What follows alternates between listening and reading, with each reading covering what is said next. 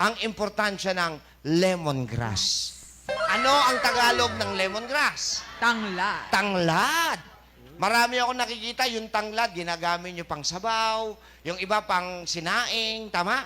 Pero alam nyo ho ba na ang tanglad po ay pwedeng gawing tsaa? At kapag ginawa mo siyang tsaa, ano naman yung benepisyo na makukuha ng iyong katawan? Ito po at ituturo namin. Isa-isa. Ano ang kayang gawin ng lemongrass? Number 1. Relieving anxiety. Okay, bakit? Many people find sipping hot tea to be relaxing, but lemongrass tea may offer further anxiety-reducing properties. Ano yung anxiety sa Tagalog? Marami kayong naririnig, nagkakamali.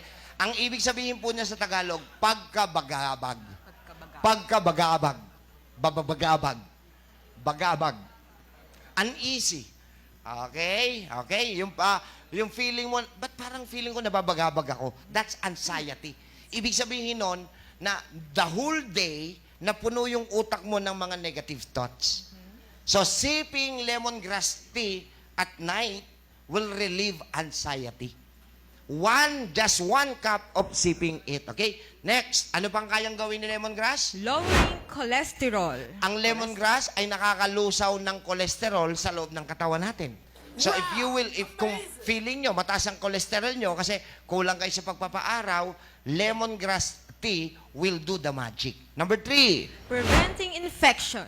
napakataas ng antibacterial and antivirus property po ng lemongrass. So pag umiinom kayo niyan at kung may bacterial infection kayo, mapapansin nyo kung kayo ay may sugat, mabilis gumagaling ang sugat. Bakit? Pine-prevent niya na kumalat ang infection. Okay, next. Boosting oral health. Pag umiinom po kayo ng inyong lemongrass tea, pinatitibay ang ipin, pinapatay ang bakterya sa bibig, kaya bumabango ang hininga.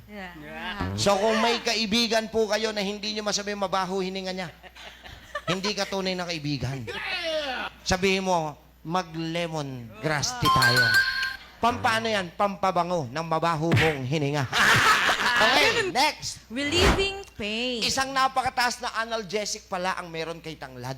Kaya kung kayo ay mahilig magtanglad, if you do have pain at uminom kayo ng lemongrass tea, i-relieve niya yung pain ninyo. Ituturo ko kung paano nyo gagawin, ha?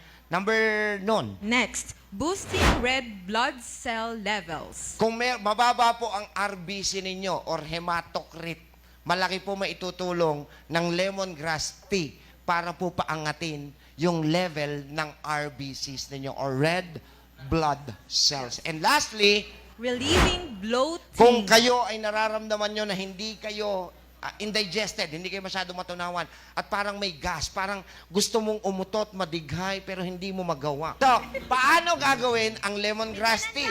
Handa na kayo? Okay. Kukuha ka lang ng 2 stalks of fresh lemongrass. Ano yung stalks? Yung haba. 2 lang, ha? 2. Tapos, ikakat mo siya into 1-inch pieces. So, yung 2 stalks, hihiwain mo ng 1 inch. Okay. Pakuluin mo siya sa 1 cup na tubig. 1 cup lang. For 15 minutes. 15 minuto. Pagkatapos ng 15 minuto, i-strain nyo. Ibig sabihin, i-drain nyo para matanggal yung lemongrass. Ayun na yung tsaan nyo. Ito, pinakamaganda. Pwede mo siyang lagyan ng honey para may sweetener ka.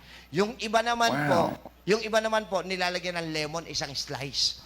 Mas masarap yon. At meron na ho kayong nakahandang lemon grass tea. Ayos ba yan? Wow.